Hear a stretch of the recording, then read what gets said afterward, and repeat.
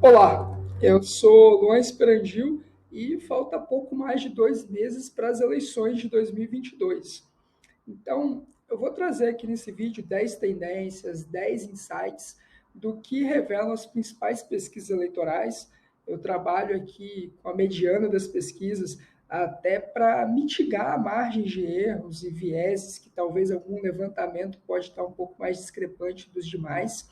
E tem muita informação interessante aqui e que não necessariamente está tão bem posto no debate público, foi interpretar e trazer aqui para vocês. Acho que, primeiro ponto, né, a gente tem uma polarização muito difícil de ser quebrada e essa eleição ela é diferente de outras. Né? No cenário estimulado, se a gente soma as intenções de voto do Lula e do Jair Bolsonaro, eles vão concentrar aí cerca de 3/4 das intenções de voto. Isso no cenário estimulado, mas não é muito diferente do cenário espontâneo. Então, isso está indicando pouca margem para mudança de voto. Então, você dificulta um cenário em que você tem um segundo turno que não tem esses dois candidatos. E aqui vai o segundo ponto, né? A segunda tendência. A novidade dessa eleição presidencial em relação às anteriores é que a gente tem uma decisão do eleitorado muito precoce, porque antes mesmo da eleição, da campanha formal começar, né, que é na segunda quinzena de agosto, a maioria do eleitorado já parece ter decidido o seu voto. E esse número, ele destoa muito das outras eleições. Eu falei aqui 3/4 dos votos já decididos, isso é mais do que o dobro de todas as eleições desse século. Então, de fato, se não houver nenhum grande fato novo, a quebra dessa polarização parece muito pouco provável. Além disso, né, eu falei que eu trabalho aqui com a média das principais pesquisas.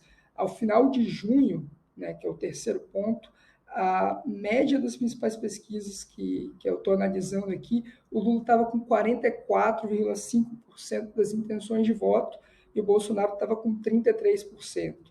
Então, assim, uma diferença aí de 11 pontos naquele momento. O Ciro Gomes está com 7%, a Simone Tebet estava com 1,5% naquela oportunidade. E nós temos alguns levantamentos aí mais recentes. O Datafolha, acho que é um dos que o Lula melhor performa, ele está com 47% das intenções de voto, ou seja, próximo da maioria dos votos, o que até acende o debate aí sobre a possibilidade das eleições se encerrarem no primeiro turno. Eu vou comentar sobre esse cenário também. Mas acho que o quarto insight que eu queria trazer é que em todas as eleições desse século, quem liderava em julho sempre venceu. Né? Então, o Lula ele liderava com 55%, segundo o Datafolha, em 2002, em julho, ele venceu a corrida aí com 61%. Em 2006, o Lula liderava também, o Lula confirmou esse favoritismo. Isso ocorreu com a Dilma em 2010, ocorreu em 2014 e ocorreu também em 2018, quando Jair Bolsonaro liderava. E, nesse momento, a gente tem o Lula liderando as intenções de voto nas pesquisas também. Isso significa que o cenário está decidido? Não, não significa, mas mostra um pouco o tamanho do desafio que o atual presidente vai ter. Mas também tem um ponto, né? Essa também é a primeira vez que o candidato incumbente, né, que o atual presidente não está liderando as intenções de voto. E o presidente, ele, ele tem a força da caneta na mão, né? Ele tem o poder da caneta na mão, ele tem lançado mão de diversas iniciativas aí para tentar aumentar suas perspectivas eleitorais. E aqui vai para o quinto ponto, né? Todas as pesquisas desde janeiro vem mostrando uma recuperação, uma tendência de crescimento de Jair Bolsonaro bastante expressiva. Ele tem melhorado seu índice de intenção de voto e isso também tem acontecido em setores estratégicos do eleitorado, principalmente entre quem tem até 2 salários mínimos de renda, no eleitorado nordestino, entre as mulheres. No caso das mulheres, né, nesse ano, por exemplo, na pesquisa IPESP mostra que cresceu de 19% das intenções de voto em janeiro para 30% agora em julho, né? O Lula, em todos esses critérios, setores estratégicos que eu apontei aqui, o Lula está melhor que o Jair Bolsonaro em todos eles. Mas Jair Bolsonaro ele tem registrado essa tendência de crescimento e encurtando a diferença para o Lula. E aí, uma grande cartada que, inclusive, eu já falei aqui no canal, né? O governo lançou mão dos auxílios, né? A PEC dos auxílios, ou a PEC Kamikaze, a PEC das bondades, que eu chamei aqui de o all-in do Bolsonaro, né? Mais de 40 bilhões de reais em benefícios às vésperas da eleição. E agora, e a gente também teve, né, um impacto muito forte da redução da tributação sobre combustíveis.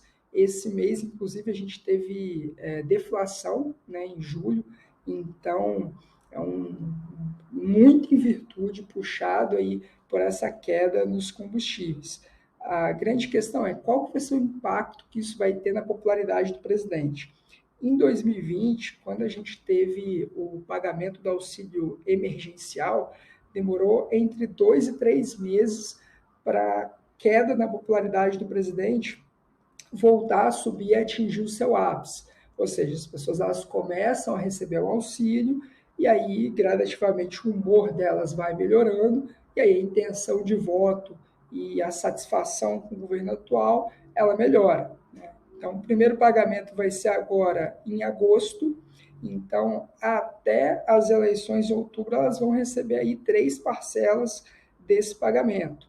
Então, a gente deve ver um crescimento aí na pesquisa. Só que, segundo o Datafolha, mais da metade dos entrevistados, 56% para ser exato, afirmaram que o valor de R$ 600 não é suficiente, né? E, assim, se você perguntar, sempre vai ser considerado que não é suficiente, mas, obviamente, é um valor que ajuda. Um outro ponto que eu queria destacar aqui é que mais de 60% dos entrevistados afirmou que o governo, com esses auxílios, né, ele quer ganhar votos, né? Então, tem um caráter populista, um caráter eleitoreiro. Menos de um terço do eleitorado afirmou que esses benefícios é para ajudar quem está mais precisando. Então, esses 2 números que eu falei aqui, né, vai ter um impacto, esse impacto deve ser forte, mas esse impacto ele pode ser mitigado em virtude dessa percepção dos auxílios, né?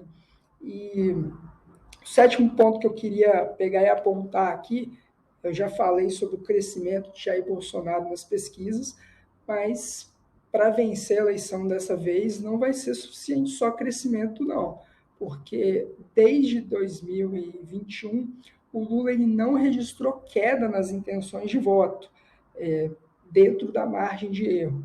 Então, o Bolsonaro ele precisa ganhar votos, mas ele também precisa fazer o principal adversário dele, que é o Lula, perder intenções de voto.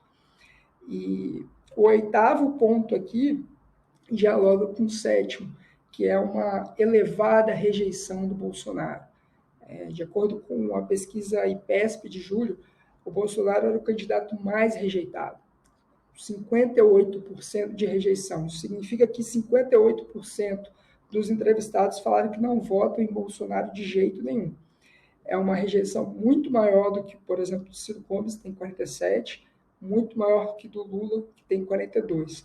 A Simone Tebet, ela está com 28% de rejeição, mas mais da metade do eleitorado não conhece ela, segundo a mesma pesquisa. Então, naturalmente, a rejeição ela tende a ser menor.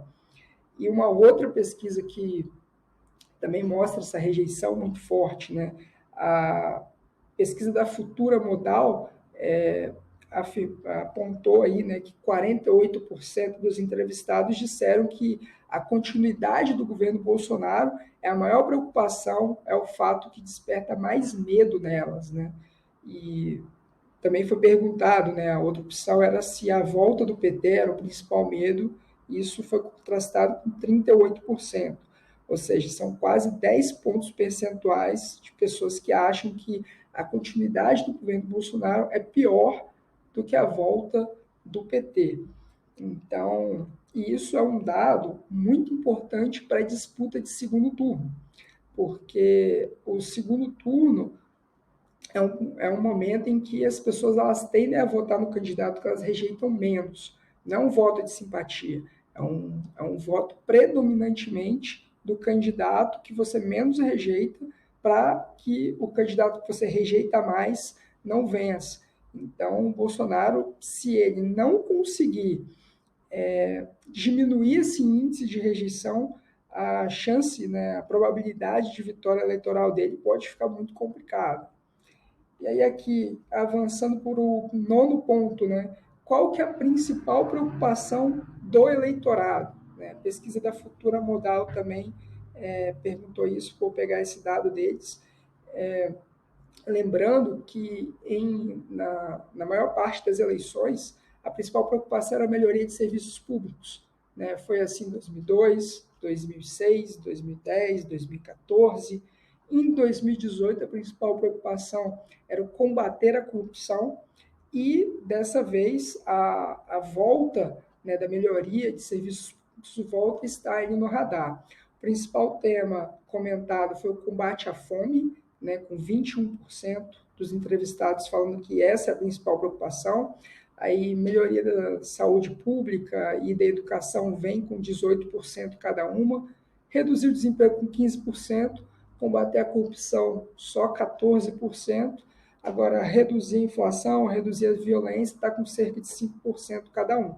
Ou seja, esses são temas que estão mexendo mais com o eleitorado, né? Então, essa questão do combate à fome, o PT é muito associado a isso, né, em virtude aí do legado do Bolsa Família, e Bolsonaro vai trazer aí, né, o maior aumento real do Auxílio Brasil que foi trazido ali nesse ano de 2022.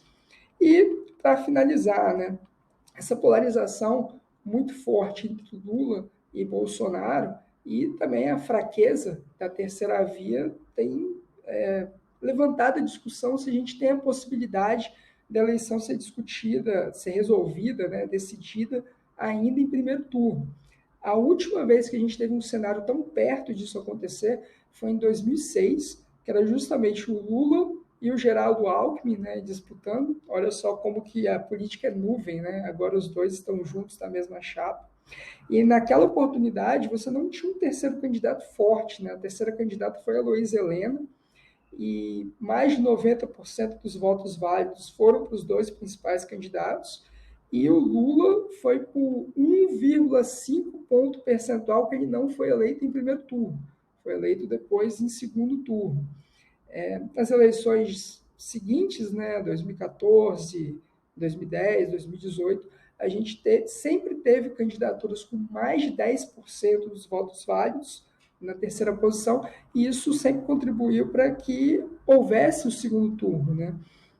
Então, assim, se não houver um fortalecimento de um terceiro nome, a gente pode reforçar um caráter plebiscitário em primeiro turno, em que haja uma corrida do voto útil e acaba favorecendo essa possibilidade de ser definido em primeiro turno, embora eu ainda não veja isso como cenário base, mas é uma possibilidade que pode acabar crescendo aí nas próximas semanas. Vamos ver como que vai ser essa dinâmica eleitoral.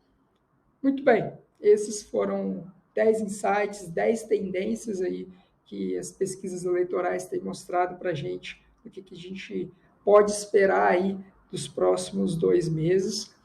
Espero que vocês tenham gostado.